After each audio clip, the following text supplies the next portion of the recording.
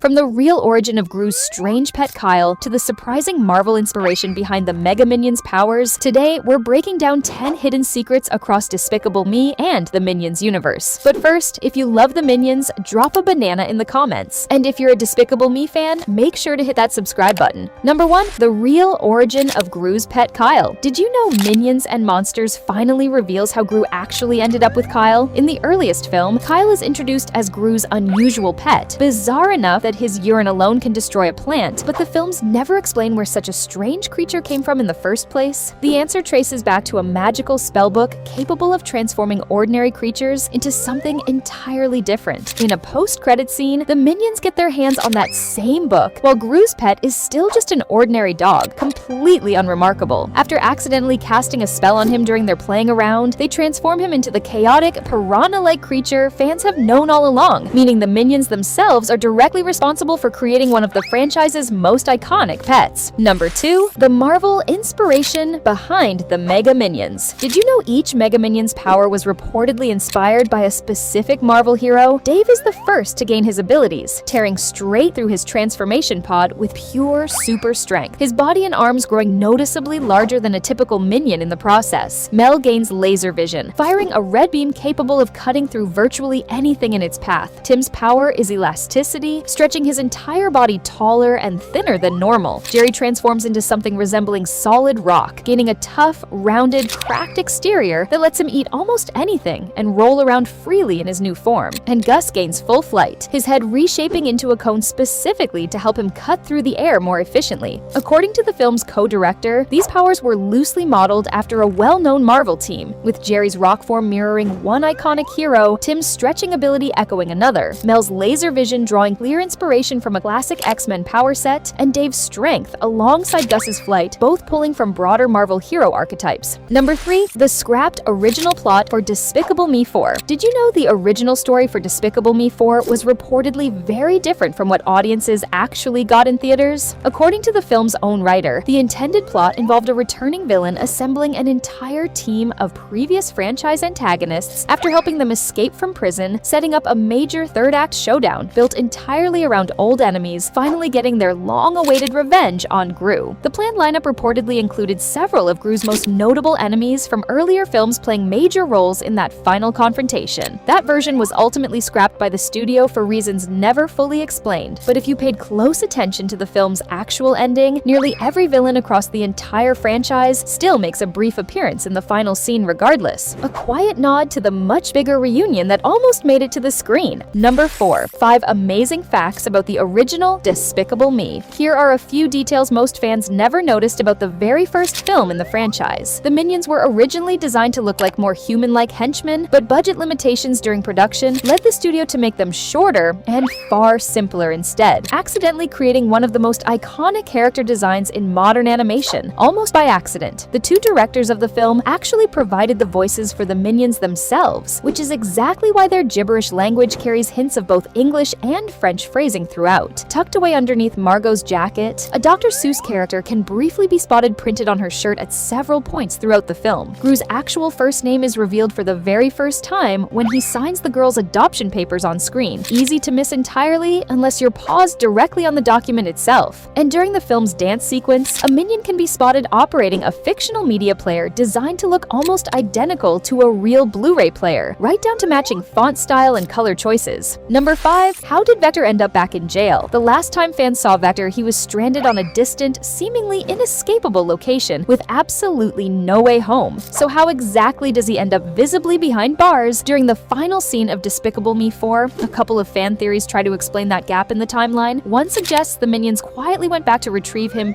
purely out of sympathy, unable to leave him stranded there forever despite everything he'd done. Another points to Gru's new official role within a global anti-villain organization, suggesting an authorized mission may have been sent out specifically to retrieve him before he could cause further chaos, officially placing him back behind bars this time around for good. Number 6. Is Poppy secretly connected to the franchise's very first scene? Fans have been theorizing hard about where Poppy actually comes from and why she's so fixated on Gru specifically. Some point to her striking resemblance to Lucy, sharing similar facial features and hairstyle, suggesting a possible family connection nobody's confirmed yet. Others believe she could be Vector's secret daughter, trying to get close to Gru specifically so so he'll eventually take her back to where Vector remains stranded, hoping to finally free him. But the wildest theory of all traces all the way back to the very first film during the orphanage scene, where an eagle-eyed viewer spotted a young girl briefly peeking out from inside the box used to punish misbehaving kids at the orphanage. If that girl really is Poppy, it raises the possibility that she isn't just an eager new sidekick chasing villainy for fun at all, but someone secretly seeking quiet revenge against Gru for never choosing to adopt her all those years ago. And if theories this wild are exactly what keep you hooked, that's precisely why it's worth staying subscribed, because there's a lot more hidden across this franchise than most people ever realize. Number 7. How the Minions' loyalty to Gru actually evolved. The Minions' devotion to Gru says a great deal about their true underlying nature. Initially, they're drawn to him purely because he embodies exactly the kind of chaos and mischief they've always been searching for in a master to serve. But as Gru gradually becomes a more compassionate, genuinely protective figure over the course of the franchise, their entire relationship shifts right alongside him without either side really noticing at first. What starts as a fairly simple master and servant dynamic slowly transforms into something much closer to family over time, proving that loyalty originally built on shared mischief can still grow into something far deeper once real kindness enters the picture. Number 8. 4 hidden details you missed in Minions Part 1. Did you catch these small details tucked into the earlier film? Once the Minions are taken in by a family of villains early in the story, a baby's pacifier is briefly shown shaped like a skull, a subtle early visual hint at exactly what kind of household they've wandered into without fully realizing it yet. And later, when Kevin arrives at a pub and encounters the reigning monarch of the time, a background patron's offhand line only fully makes sense because the reigning queen depicted in the film was still alive and actively on the throne at the time of the film's actual theatrical release. Number 9. 4 hidden details you missed in Minions Part 2. A couple more easy to miss details hiding in that same earlier film. When the Minions run completely out of options during one chaotic sequence, one of them uses a legendary sword pulled from stone to fend off approaching police officers, a clear reference to a real historical artifact, though the actual real-world version is located in Italy rather than London, making this more of a loving nod to a classic Disney film than strict historical accuracy. And in a detail that quietly contradicts later franchise lore established afterward, Kevin is shown as the very first Minion Gru personally lays eyes on in this particular film, despite later movies clearly establishing that Gru was actually responsible for creating the Minions himself out of modified corn kernels, a small continuity wrinkle attentive fans have pointed out for years without any real explanation. Number 10. The real reason Minions wear goggles. Most people assume Minion goggles exist purely because of poor eyesight, especially after watching a Minion visibly struggle to see once his goggles get cracked and foggy during a transformation sequence elsewhere in the franchise. But that widely held assumption actually gets the whole thing backwards. According to a short film moment where one Minion playfully pulls back another's goggles as a prank, the second Minion's entire eye socket briefly pops loose and dangles awkwardly from his head before snapping firmly back into place once released. That single moment reveals the goggles' actual real purpose was never about correcting vision at all. It's physically holding their entire eye socket securely in place to begin with, a far stranger explanation than anyone originally assumed. Man, that's it. Which one of these hit you the hardest? A theory or a tiny detail? Let me know in the comments. If you want part 2, hit that like button and make sure you're subscribed, because we're uncovering even more secrets next time.